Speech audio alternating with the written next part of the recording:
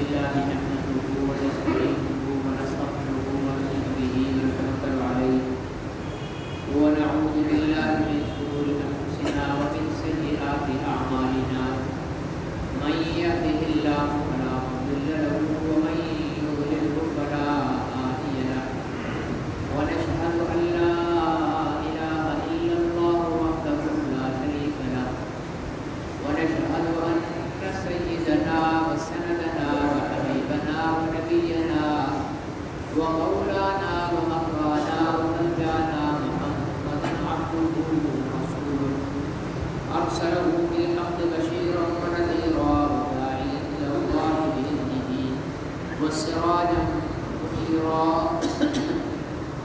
صلى الله عليه وعلى آله وأصحابه وأزواجه وأهل بيته وبارك وسلم تسليما كثيرا كثيرا أما بعد فأعوذ بالله من الشيطان الرجيم بسم الله الرحمن الرحيم والذين إذا أنفقوا لم يسرفوا ولم يقتروا وكان بين ذلك قواما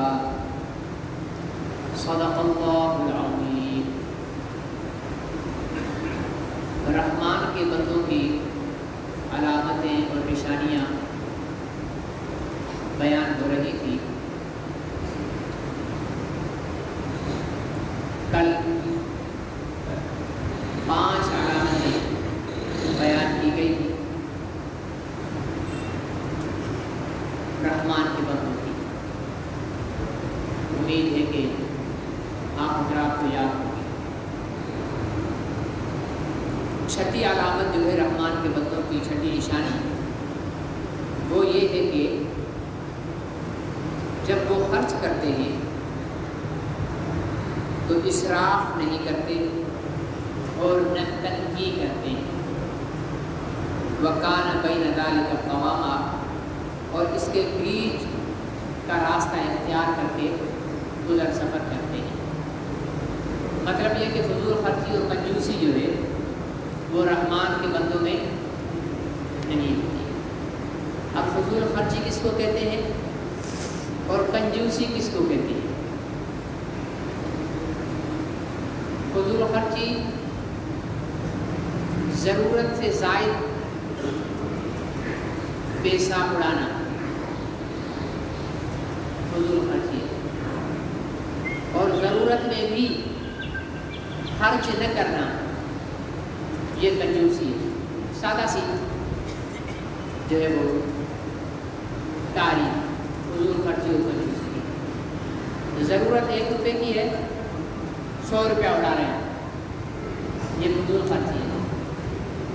اور ضرورت 100 روپے کی ہے 5 روپے لگا رہے ہیں یہ کنجوسی ہے.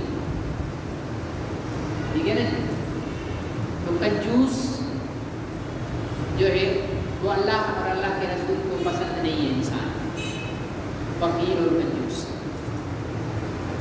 اور فضول خرچ انسان کے اللہ اور اللہ کے رسول کو پسند نہیں ہے. ہمارے ہاں فضول خرچی والا پہلو بھی موجود ہے اور کنجوسی والا پہلو بھی موجود ہے. وہی لوگ جو فضول خرچی کر رہے ہوتے ہیں وہی لوگ دوسرے موقع پر کنجوسی بھی کر رہے ہوتے ہیں. ٹھیک ہے نا جی. مسجد کو مدرسے کو دینے کی ضرورت ہے اس کے پاس اور اس کے پاس گنجائش بھی ہے تو گنجائش 10,000 روپے کی دینے کی ہے اور نکال کے کیا دے رہا ہے مدرسے کے سفیر کو 10 روپے. وہ بھی پوری دستی میں جو جیب سے نکالے نا پیسوں کی دستی اس میں جو سڑا ہوا جو 1944 کا کوئی نوٹ بچا ہوا ہوگا نا وہ دیں گے مدرسے کے سفیر کو. یہ لو جی جیسے احسان کر رہے ہیں. یہ جو مدرسوں کے ساتھ آپ لوگ تعاون کرتے ہو نا یہ سفیر آتے ہیں یہاں پر پورے ملک سے آتے ہیں. ان کو 5 روپے دے کر 150 روپے دے کر یوں مت سمجھ لیا کرو کہ آپ نے کوئی بہت بڑا تیر مار لیا اور بہت بڑا احسان کر لیا ان پر. یہ ان لوگوں کی مہربانی ہے کہ ہمارے پاس یہاں چل کر آتے ہیں اور ہمیں اپنے اپنے دینی اداروں کے دینی کاموں میں شریک کر لیتے ہیں بیٹھے بٹھائے گھر پہ. آپ دیکھو خانپور، خانیوال، ملتان، گلگت، بلتستان، ڈیرہ اسماعیل خان، ڈیرہ غازی خان، کراچی، بنگلہ دیش، برما، کہاں کہاں کے مدرسوں میں آپ یہاں مسجد میں بیٹھے بیٹھے شریک ہو جاتے ہیں. آپ نے 100 روپیہ دیا، 50 روپے دیے، 10 روپے دیے، لازمی دیا کرو. کسی سفیر کو اپنی طرف سے خالی جانے نہیں دیا کرو مدرسے کی. 5 روپے کی گنجائش ہے نا، 5 روپے اپنی افطاری میں سے کاٹ کر بھی دے دیا کرو مدارس داروں کو. ایک دن افطاری کم کھا لی تو کوئی وہ نہیں ہوگا، لیکن جو مدرسوں میں لگے گا ہمارا پیسہ وہ ہمارے لیے دائمی اور مرنے کے بعد بھی وہ سلسلہ چلتا رہے گا. ٹھیک ہے نا جی. تو یہ اور یہی چیز باطل کو کھٹکتی ہے.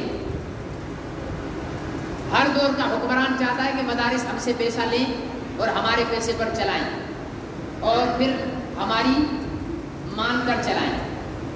علماء اکرام ان کی اس بات کو رد کرتے ہیں، کہتے ہیں ہم غریب عوام سے بھیک مانگ کر روپیہ، 2 روپے، 50 روپے، 100 روپے جمع کر کے اس سے چلائیں گے، اور چلائیں گے اپنی مرضی سے شریعت کی روشنی میں. تو جہاں دینے کی ضرورت ہے وہاں نہیں دے رہے. کتوں اور ریچھوں کی لڑائی ہو تو وہاں پر جناب دینے کے لیے خوب تیار ہیں. ٹھیک ہے نا جی. میلے ہوتے ہیں نا، میلوں میں جاتے ہیں اور خوب پیسہ اڑاتے ہیں، حالانکہ وہ ضرورت نہیں ہے، وہ ضرورت نہیں ہے، وہاں پیسہ اڑاتے ہیں. اور دینی مدارس ضرورت ہے، یہاں ہم پیسہ نہیں لگاتے ہیں.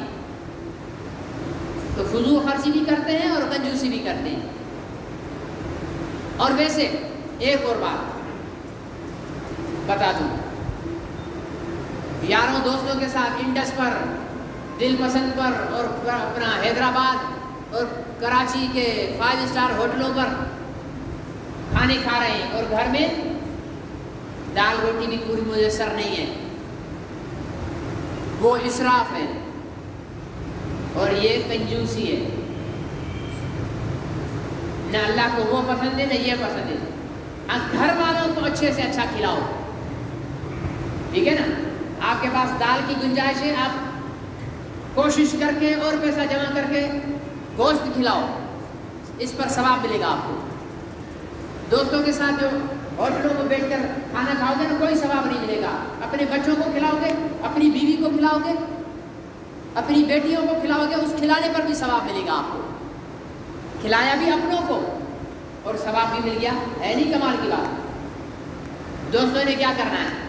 ساری زندگی کھلا کھلا کر دوستوں یاروں کو، جب مر جاؤ گے تو میت پر آتے کے ساتھ پہلا سوال یہ کریں گے کہ کب اٹھا رہے ہو جنازہ. ہاں، ساری زندگی کھا کر جب مر گئے تو آتے کے ساتھ گھر والوں سے کہیں گے ابھی تک کیوں رکھا ہوا ہے، دفنا کیوں نہیں، اٹھا کیوں نہیں رہے، جنازہ کیوں نہیں پڑھا رہے. ٹھیک ہے نا. تو اپنے گھر والوں پر خرچ کرنا یہ فضول خرچی نہیں ہے. اچھا کھلانا، اچھا پلانا، اچھا پہنانا، اچھا رہنے کے لیے جگہ دینا، یہ فضول خرچی میں شامل نہیں ہے. آپ، اللہ تعالیٰ نے آپ کو دیا ہے، آپ بھی اچھا پہنو، اچھا کھاؤ، اچھا استعمال کرو. مقصد کہنے کا یہ ہے کہ جہاں ضرورت ہے وہاں خرچ نہ کرنا یہ بھی اللہ کو پسند نہیں، اور جہاں ضرورت نہیں ہے وہاں خرچ کرنا یہ بھی اللہ کو پسند نہیں. ایک ہوتی ہے ضرورت، ایک ہوتی ہے خواہش. ضرورت انسان کی کیا ہے؟ ایک ٹائم پہ 2 روٹیاں. ٹھیک ہے نا. دال میسر سے دال سے کھا لی، نہیں تو پیاز سے کھا لی. یہ جو مہنگائی ہمارے ملک میں بڑھی ہے نا، یہ ہماری خواہشوں نے بڑھائی ہے. حکمران تو بڑھا ہی رہے ہیں لیکن ہماری خواہشوں نے بڑھائی ہے. ہم اپنی خواہشیں محدود کر دیں، خود بخود مہنگائی کم ہوتی چلی جائے گی۔ ہماری خواہش ہوتی ہے کہ صبح کو اٹھ کر جو ہے وہ انڈا پراٹھا کھائیں، تو ظاہر ہے کہ جب 1 لاکھ کی آبادی ہر ایک آدمی 2 انڈے کھائے گا تو شہر سے 2 لاکھ انڈے بکیں گے نا۔ جب 2 لاکھ انڈے بکیں گے تو انڈے والے ریٹ چڑھائیں گے۔ 2 دن شہر والے انڈا نہ کھائیں کہ بھائی اپنے ہم خواہش کریں، ضرورت سے پیاس سے کھا لیں گے، انڈا نہیں کھاؤ۔ جب 2 لاکھ انڈے ان کے خراب ہونے لگیں گے نا تو 15 روپے والا انڈا 5 روپے میں بیچنا شروع کر دیں گے، سستا ہی ہو جائے گی۔ دودھ ہم نے لازمی خریدنا ہے، ٹھیک ہے نا جی، اور 5 کلو خریدنا ہے، اس سے کم نہیں خریدنا ہے۔ 1 لاکھ آدمی اگر 5 کلو دودھ خرید رہا ہے تو 5 لاکھ کلو دودھ بک رہا ہے۔ اگر صرف خریدنا بند نہ کریں، 1 لاکھ آدمی صرف 1 کلو کھیر پر دودھ پر جو ہے وہ گزارا کرے 4 دن کے لیے، باقی 4 لاکھ کلو جو ڈیلی دودھ بچے گا نا وہ کیا نالیوں میں پھینکیں گے؟ وہ 50 روپے کلو آپ کے دروازے پر آ کر دیں گے، بھائی خرید لو، مہربانی کرو، دودھ خراب ہو رہا ہے۔ تو مہنگائی ہم نے خود کھڑی کی ہے نا۔ ابھی یہ جتنے اسٹال لگے ہوئے ہیں نا لوٹ مار کے، ابھی لوٹ مار کے اسٹال لگیں گے نا، ابھی کاروبار نہیں ہوگا بازاروں میں، ابھی لوٹ مار شروع ہونے والی ہے۔ اب یہ لوٹ مار کے جو ہے نا وہ لگیں گے۔ اگر سارے ٹنڈو عالم کے شہری فیصلہ کر لیں کہ ہم اس لوٹ مار کا حصہ نہیں بنیں گے، اس دفعہ ہم عید سادگی سے منا لیں گے، جو گھر میں کپڑے ہیں یا جو لے لیے ہیں بس اس کے علاوہ کچھ نہیں، وہی جوتے ہوں گے، وہی پھر دیکھو یہ سارے دکاندار منتیں کر کر لوگوں کے گھروں پہ پہنچیں گے، یار مہربانی کرو اصل لاگت پر ہی لے لو، ہمارا کباڑا ہوگا۔ تو یہ ہماری خواہشوں نے ہمیں مہنگائی کی دلدل میں پھنسا دیا ہے۔ ہم اپنی خواہشوں کو محدود کر لیں، 2 روٹی چٹنی پیاز پر، 2 روٹی دال پر، 2 روٹی سبزی پر، 4 کپ پیتے ہیں تو 1 کپ چائے پر محدود کر لیں، ٹھیک ہے نا جی۔ روزانہ 2-3 جوڑے بدلتے ہیں تو 1 جوڑا روزانہ کا استعمال پر اپنی خواہش کو محدود کر لیں، اپنی ضروریات تک اکتفا کر لیں، تو یہ اتنی پریشانیاں بھی نہیں آئیں گی۔ پریشان انسان ہوتا ہی وہ ہے جس کی خواہشات لامحدود ہوتی ہیں اور اس کے پاس اسباب خواہشات کو پورا کرنے کے نہیں ہوتے، تو وہ پریشان ہو جاتا ہے۔ اب کہاں سے پورا کروں، کہاں سے پورا کروں؟ بھائی 2 روٹی کی ضرورت ہے، 2 روٹی کھائی، چپ کر کے سو گیا، ہے ہی 1 جوڑے کی ضرورت، 1 جوڑا پہنا، بس ختم۔ تو اللہ کے بندے جو ہیں وہ نہ تو فضول خرچی کرتے ہیں اور نہ کنجوسی کرتے ہیں۔ جہاں ضرورت ہے وہاں خرچ کرنا اور جہاں ضرورت نہیں ہے وہاں خرچ نہ کرنا، یہ ہے درمیان والا مکان بین ذالک قواما، یہ درمیان والا راستہ ہے زندگی گزارنے کا۔ آگے فرمایا کتنی ہو گئی؟ 6 7، ایک کنجوسی اور ایک فضول خرچی، 2 ہو گئی نہیں ہے، 7۔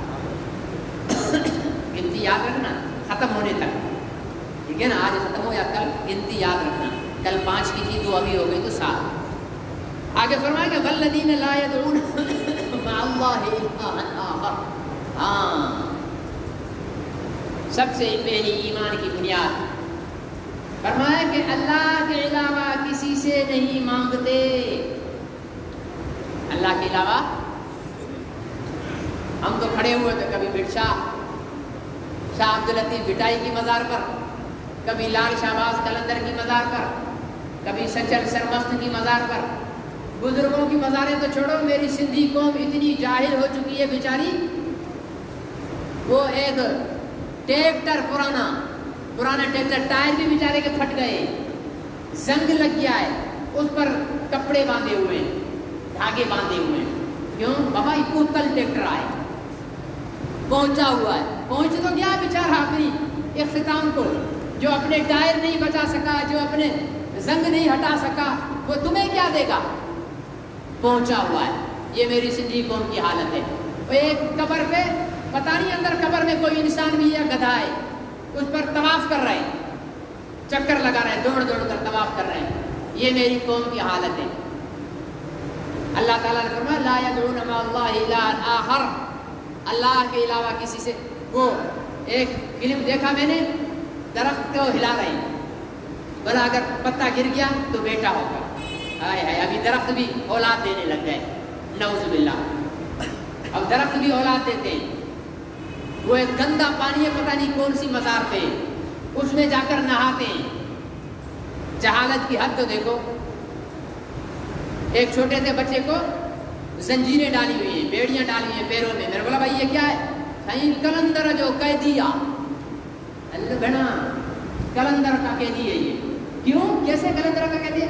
بولا سائیں ہم نے کلندر سے آ کر مانگا تھا، کلندر نے ہمیں بیٹا دیا ہے، اب یہ جوان ہونے تک ایسے کلندر کا قیدی رہے گا. لا حول ولا قوت الا باللہ، انا للہ و انا الیہ راجعون. ہنسنے کی نہیں، رونے کی بات ہے. اب کلندر دینے لگا ہے بیٹے، اللہ نہیں دیتا. ٹھیک ہے نا جی، ابھی کلندر دے رہا ہے. پھر کہتے ہیں سائیں آپ مزارات کو برا کہتے ہو. مزارات کو کوئی برا نہیں کہتا، اولیاء اللہ کی کوئی مخالفت نہیں کرتا. اولیاء اللہ کی مزارات پر جاؤ، ان کو وسیلہ بنا کر اللہ سے مانگو. وہ ایک میں نے دیکھا کلندر کی مزار پر جا رہے ہیں، 4 پیر ایسے گھٹنوں کے بل چل کر، ٹھیک ہے نا، گھٹنوں سے اور ہاتھوں سے ایسے 4 پیر بنا کر جا رہے ہیں. اور ایک کو میں نے دیکھا کتے کی طرح بھونک بھونک بھونک کرتے ہوئے جو ہے وہ کلندر کے کتے ہیں. لا حول ولا قوت الا باللہ، انا للہ و انا الیہ راجعون. ہماری قوم کہاں جا رہی ہے تباہی کی طرف. اللہ نے انسان بنائے، یہ کتے بن گئے. اور بھائی کلندر کا کتا جنت میں نہیں جائے گا، وہ اصحاب کہف والا کتا تھا جو ایک ہی جنت میں جائے گا. کہیں اس خوش فہمی میں ہو کہ ہم کلندر کے کتے بن جائیں گے تو جنت میں جائیں گے. کلندر کا بیٹا بھی اگر ہوتا نا، شریعت پہ نہیں چلا ہوتا تو وہ بھی جہنم میں جاتا. نوح کا بیٹا، نبی کا بیٹا اگر جہنم میں جا سکتا ہے تو کلندر اور بھٹائی کون ہوتے ہیں؟ کسی کا قیدی بن جانے سے، کسی کا نعرہ لگانے سے جنت نہیں مل جاتی. اگر صرف نعرہ لگانے سے ہی جنت مل جاتی تو نبی پاک سب سے بڑی ذات ہے جس کا نعرہ لگا کر انسان جنت دے دیتے. پھر کیا وجہ ہے کہ فاطمہ الزہرا چکیاں پیس پیس کر اپنی زندگی گزار رہی ہے؟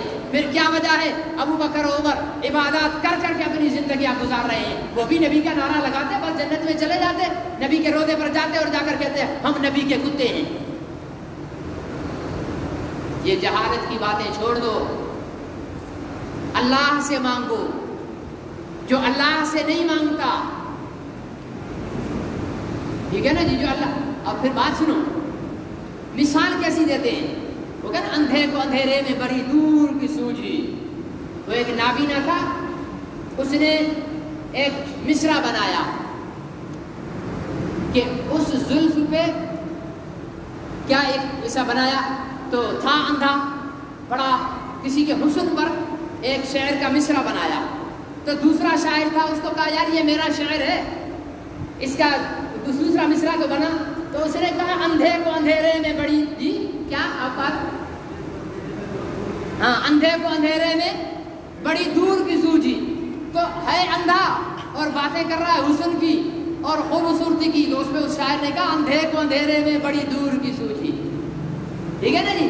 تو ہماری قوم بھی پتہ، ارے اللہ دیتا ہے، عزت کا مالک، ذلت کا مالک، موت کا مالک، حیات کا مالک، رزق کا مالک، تنگ دستی کا مالک، مفلسی کا مالک، اولاد دینے والا، نہ دینے والا، دے کر لشکر دے دینے والا، ایک سے بھی محروم کرنے والا، بیٹیوں کا فوج دینے والا، بیٹوں کا لشکر دینے والا، ایک اولاد کے لیے ترسانے والا، ایک لقمے کے لیے ترسانے والا، پیٹ بھر کر مارنے والا، پیٹ خالی کر کے مارنے والا.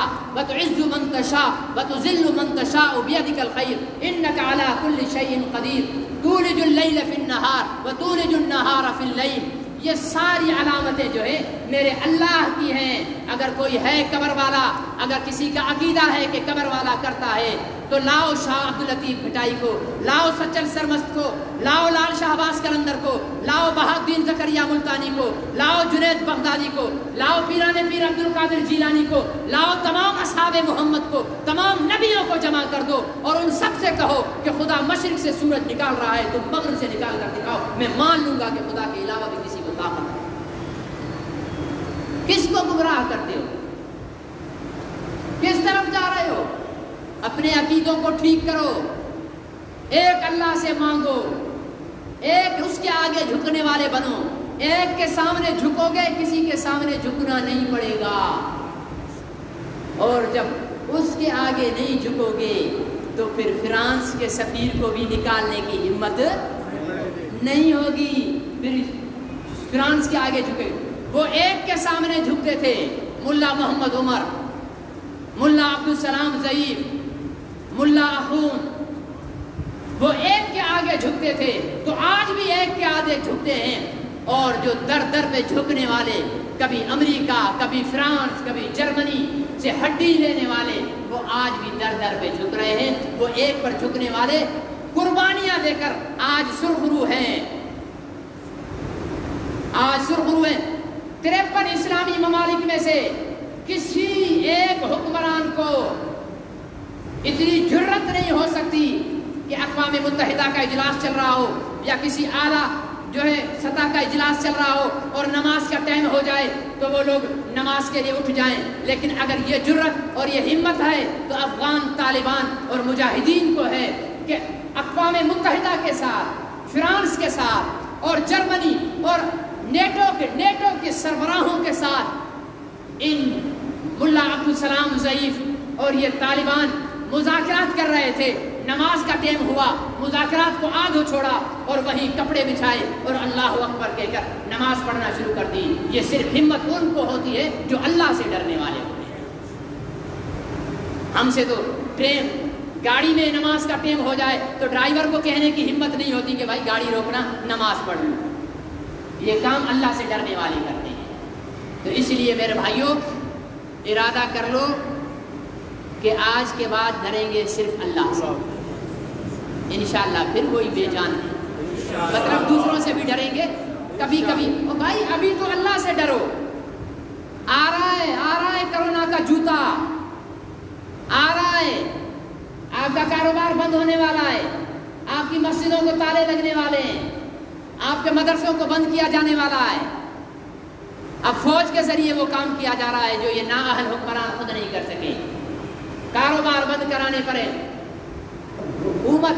حکومت جو ہے، ریاست ماں ہوتی ہے، ماں بچے کے منہ سے لقمہ چھینتی نہیں ہے، اس کے منہ میں لقمہ دیتی ہے۔